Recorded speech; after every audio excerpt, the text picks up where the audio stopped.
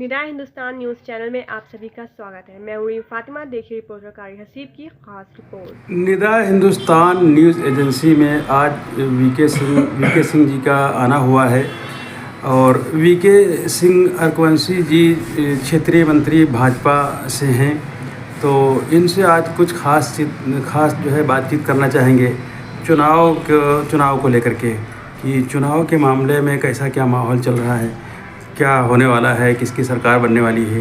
कुछ इस तरह के सवालात आज वीके सिंह अरकवंशी जी से किए जाएंगे। तो सबसे पहले तो वीके सिंह जी, आपका स्वागत है हमारे न्यूज़ चैनल ऑफिस में, न्यूज़ एजेंसी में। आप ये बताएं कि इलेक्शन का क्या माहौल चल रहा है। देखिए, सबसे तो पहले नमस्कार सभी को। अभी जो मैं लगभग विगत 4-5 दिनों से विभिन्न लोकसभाओं का मैंने दौरा किया है। मैं अभी कल भी जनपद लखीमपुर खीरी की धौरहरा लोकसभा से होते हुए, खीरी भी ये लोकसभा से होते हुए, तो जो मैंने अभी भ्रमण किया है, तो नतीजे तो आप ये मान के चलिए, ये कोई कहने की बात नहीं है, लेकिन आप भारतीय जनता पार्टी की सरकार अपना बना रहे हैं और अच्छी खबर है।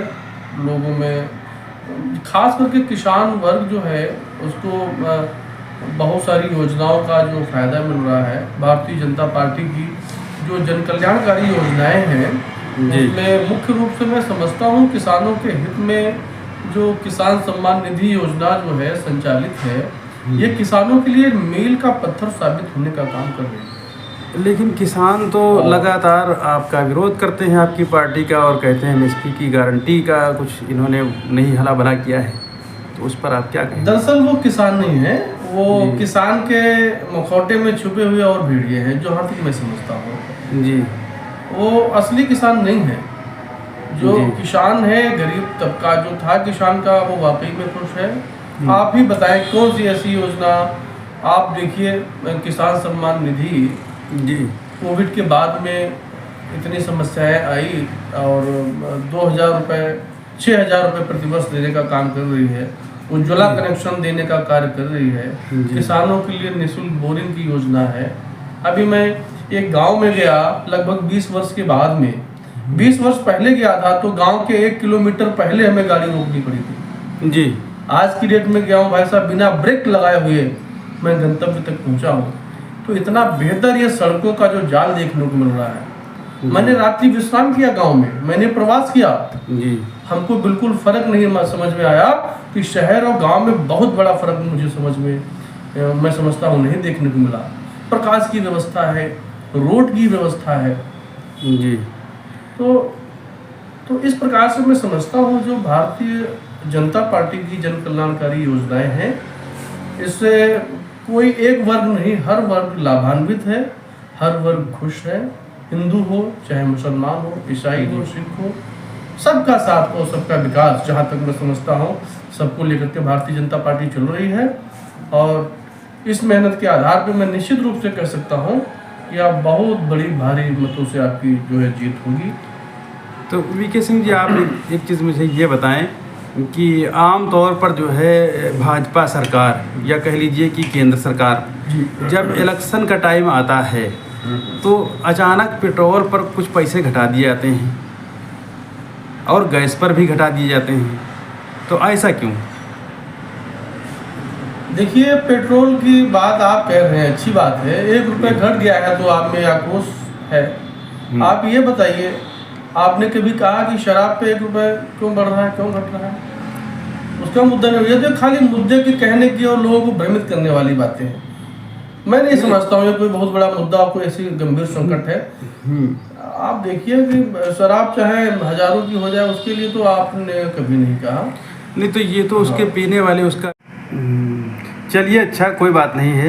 ये पेट्रोल के मामले को और शराब के मामले को एक किनारे करते हैं। विकास का कुछ मामला बताइए कि सरकार की तरफ से कैसे क्या विकास हो रहा है, कुछ बताएं इसके बारे में। देखिए, विकास की अगर बात करें तो विकास ये हमारे बताने पे आप मत जाइए। जी आप स्वयं इसका आकलन करिए, स्वयं इसकी समीक्षा करिए। यदि आप जाएंगे ग्रामीण अंचल में, अगर असली भारत का विकास देखना है तो शहर में बैठ करके नहीं, आप ग्रामीण अंचल की ओर प्रस्थान करिए, गांव की तरफ जाइए तो आपको दिखाई पड़ेगा कि विकास वास्तविक रूप से हुआ है। जी। और मैं कह सकता हूं कि इतना अच्छा सड़कों का जाल, इतना अच्छा विद्युतीकरण, इतनी अच्छी प्रकाश की व्यवस्था, जी। किसानों के लिए सिंचाई की व्यवस्था,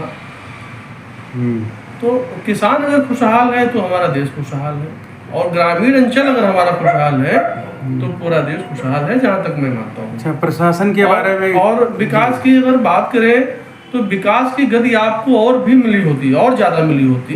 देखिए, जो कोविड काल का जो एक खंड आया जीवन में, जी, ये मैं समझता हूँ कई सदियों के बाद में एक ऐसा समय आया कि जिसमें पूरा वैश्विक महामारी रही और जिसका प्रकोप हमको नहीं, पूरे देश को झेलना पड़ा। आज की डेट में अगर किसी परिवार में 4-6 सदस्य हैं तो कोरोना काल के बाद में 6-6 महीने 2-2 साल बैठने के बाद में लोगों की कमर टूट गई और एक अपना परिवार चलाने में नाकामयाब जो है होते हुए नजर आए। तो कहीं न कहीं हमारा एक भारत देश भी हमारा एक परिवार है, और इतना बड़ा परिवार संभालना, पूरे देश को संभालना, पूरे प्रदेश को संभालना, पूरे परिवार को, ये निश्चित रूप से बहुत बड़ी चुनौती का काम है। इस काम को करने के लिए हमारी भारतीय जनता पार्टी मुस्तैदी से डटी रही। योगी जी की और मोदी जी के नेतृत्व वाली सरकार ने इसका डट करके मुकाबला किया, और आज की डेट में हम बेहतर हैं, इस लायक हमको बनाया। अथवा आपको विकास और भी ज़्यादा विकास की गति देखने को मिलती। मैं ईश्वर से प्रार्थना करता हूं कि अब आने वाला समय और भी अच्छा होगा जी। तो इस वक्त जो चुनाव होने वाले हैं, तो आप भारत की जनता से क्या कहना चाहेंगे, खास करके ये बताइए। अब हमारी तो अपील ये है कि ये जो 2024 का लोकसभा चुनाव है, इसमें मैं सभी मतदाताओं, बुद्धिजीवियों से मैं अपील करता हूं कि राष्ट्र के हित में, राष्ट्र की सुरक्षा के लिए आप मतदान करें।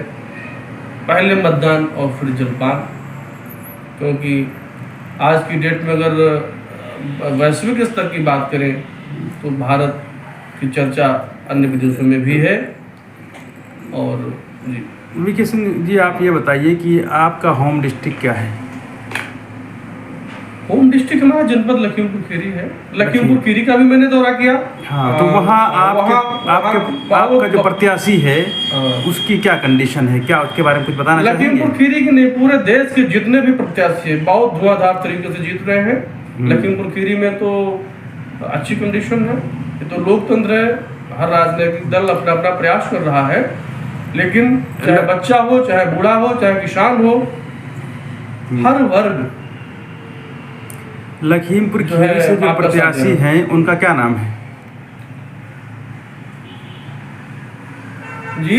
लखीमपुर खीरी के जो प्रत्याशी है, लोकसभा प्रत्याशी, उनका क्या नाम है? वो लखीमपुर खीरी से प्रत्याशी हमारी रेखा वर्मा जी हैं। मैं धौरहरा लोकसभा से, हमारे खीरी लोकसभा से अजय मिश्रा टेनी जी हैं, केंद्रीय मंत्री भी हैं। आप दोनों प्रत्याशी बहुत अच्छे हैं। मैंने अभी सीतापुर का दौरा किया, राजेश वर्मा जी प्रत्याशी हमारे बहुत अच्छे हैं। मिश्री लोकसभा सीट का दौरा किया, बहुत धुआंधार तरीके से आप जीत रहे हैं। हरदोई जीत रहे हैं। 80 में 80 सीट, 80 में कम से कम 75 सीट आप जीत रहे हैं। अब की बार 400 पार जो नारा दिया जा रहा है जी, इसको आप निश्चित रूप से आप मान के चलिए, अब की बार 400 पार हर हाल में होना है, ये तय है। लेकिन नारा तो जो है वो बंगाल में भी दिया गया था जी कि 200 पार, उसके बारे में क्या कहेंगे? देखिए, जब आप परीक्षा देते हैं, आपका 100 नंबर का पूर्णांक होता है पत्रिका में, है ना?